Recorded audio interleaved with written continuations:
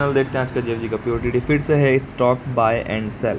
लेकिन आज की प्रॉब्लम है बस एक चेंज है कि हमें सिर्फ और सिर्फ एक ही ट्रांजैक्शन अलाउड है, एक मौका, सिर्फ और सिर्फ एक मौका है हमारे पास स्टॉक को ख़रीदने का और बेचने का, और हमें मैक्सिमम प्रॉफिट निकालना है।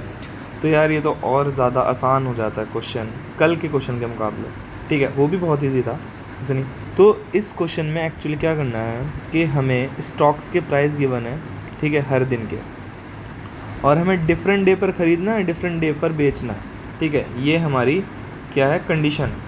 ठीक है, अगर यहाँ पर ख़रीदा तो इस दिन नहीं बेच सकते। ठीक है, तो हमें क्या करना है, मैक्सिमम प्रॉफिट निकालना है। मैक्सिमम प्रॉफिट क्या होगा, अभी हम रखते हैं कि मैक्सिमम प्रॉफिट मेरा क्या है, 0 है।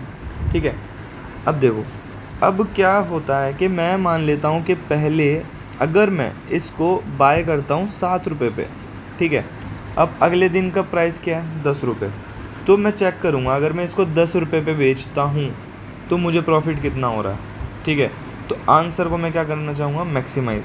सिंपल, देखो अगर मैंने 7 पर ख़रीदा तो 10 पर बेचने पे प्रॉफिट तो हो रहा है ना। ठीक है, मैक्सिमम है नहीं है ये मुझे कैसे पता चलेगा, ये बाद में पता चलेगा।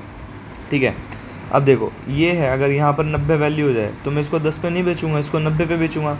लेकिन मीनवाइल मुझे ये भी चेक करना है कि अगर इससे सस्ती वैल्यू पर मुझे स्टॉक मिलता है तो मैं इस पर नहीं ख़रीदूँगा। ठीक है, अगर मान लो ये 90 यहाँ पर है, ठीक है, तो अब मैं 7 पर ख़रीदूँगा या 3 पर ख़रीदूँगा या 1 पर ख़रीदूँगा। ऑब्वियसली सबसे कम प्राइस वाले पे 1 पर ख़रीद के 90 पे बेचूँगा, ना कि 7 पे ख़रीद के 90 पे। तो मिनिमम मेरा बाय प्राइस होना चाहिए और मैक्सिमम मेरा क्या होना चाहिए, सेल प्राइस, तो ही मेरा मैक्सिमम प्रॉफिट आएगा। तो इसमें सिर्फ और सिर्फ बहुत ही आसान क्या करना है, ये मैं मान लेता हूँ एज एन, अगर मैं बिग ऑफ वन में इसको करूँ तो ऐसे मैं अपने लूप को ट्रैवर्स करूँगा। तो अगर मैं मान लेता हूँ कि भाई कि चलो आज 7 रुपये है इसका प्राइस, अगर मैं 7 पे ख़रीदता हूँ, अब मैं यहाँ से ट्रैवल करना क्या करता हूँ, शुरू करता हूँ। मैं ये चेक करूँगा कि अगले दिन इसका प्राइस घटा है, अगर घटा है तो मैं अपने बाय को अपडेट करूँगा कि मैं 7 पे नहीं ख़रीदना चाहूँगा, मैं 10 पे ख़रीदना चाहूँगा। ठीक है, लेकिन अगले दिन प्राइस घटा नहीं है, प्राइस क्या है, बढ़ा है।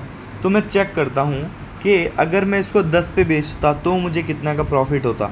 तो आंसर क्या हो जाएगा, answer is equals to maximum of answer comma क्या होगा, buy price, sorry selling price minus buy price.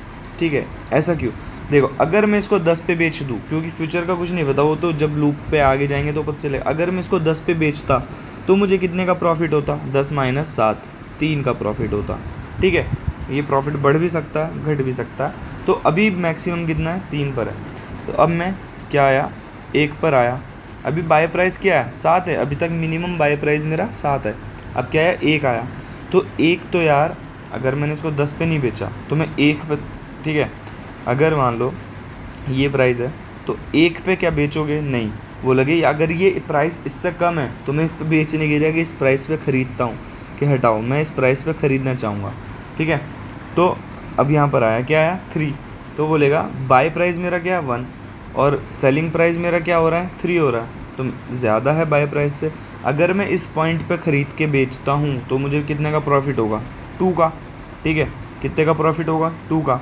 लेकिन क्या ये मेरे अभी वाले प्रॉफिट से ज़्यादा है, नहीं है, तो मैक्सिमम क्या रहेगा, आंसर 3 रहेगा।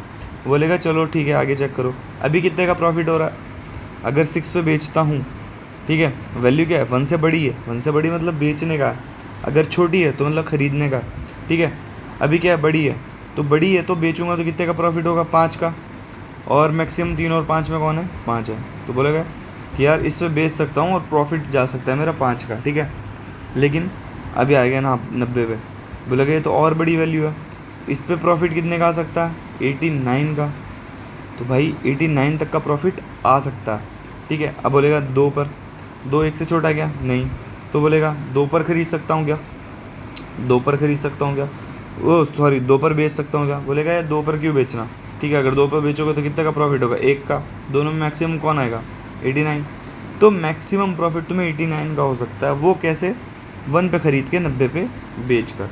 हमें सिर्फ प्रॉफिट रिटर्न करना है, ये नहीं रिटर्न करना किस पे ख़रीद के किस पे बेचा था। अगर ये भी रिटर्न करना होता तो कोई बात नहीं, इसका भी पेयर बना लेते, किस प्राइस पे बाय करा किस पे सेल करा। तो बहुत ही सिंपल से एल्गोरिथम है क्या कि भाई रियल लाइफ एल्गोरिदम ये और कुछ नहीं। कि चलो मैं मान लेता हूँ कि अगर आज मैं इन्वेस्ट करता हूँ, अगर कल पैसा घटता है, तो नॉर्मल स्टॉक्स में भी क्या होता है, जब तुमने अगर स्टॉक कोई बाय किया है, पैसा घट रहा है, तो तुम उसके और शेयर्स लेते हो, ठीक है, ताकि एवरेज हो जाए। घट रहा है तो और शेयर, हर डिप पे हम क्या करते हैं, शेयर्स को ख़रीदते हैं। फिर जब वो बढ़ रहा होता है, बढ़ने के बाद उसको बेच देते हैं। तो यहीं पर ये भी, यहाँ पर भी यही कर रहे हैं। हमने 7 पे लिया, बोला 10 पे, तो बेचेंगे तो 3 का प्रॉफिट होगा। बोला 1 पे आया, 1 पे आया तो ख़रीदते हैं। घट रहा है तो ख़रीदो, बढ़ रहा है तो बेच दो। सिंपल सा चीज़ है, ठीक है। तो इसका कोड भी यही बहुत सिंपल सा होगा, जो बोला बिल्कुल वही। साइज़ ले लो, आंसर ले लो। अगर एन की वैल्यू 1 है तो आंसर को रिटर्न कर दो, मतलब 0 ही प्रॉफिट होगा। सेम डे पर तुम बेच और ख़रीद नहीं सकते। तो अभी मान लो कि मैं इस पर 7 पर ख़रीद रहा हूँ, तो 1 से शुरू करो। अगर वैल्यू छोटी है तो उसको बाय प्राइस बना दो, अगर वैल्यू बड़ी है तो उसका प्रॉफिट निकालो कितना आ रहा है, और आंसर से मैक्सिमाइज़ कर दो और सबमिट कर दो। तो ये था आज का प्रॉब्लम। आई होप आपको अच्छे समझ आया हो। If in case you understand the solution, please make sure to subscribe the channel, और एटलीस्ट कमेंट करके तो बता दो यार कैसा लग रहा है। चलिए के साथ वाइंड अप करेंगे।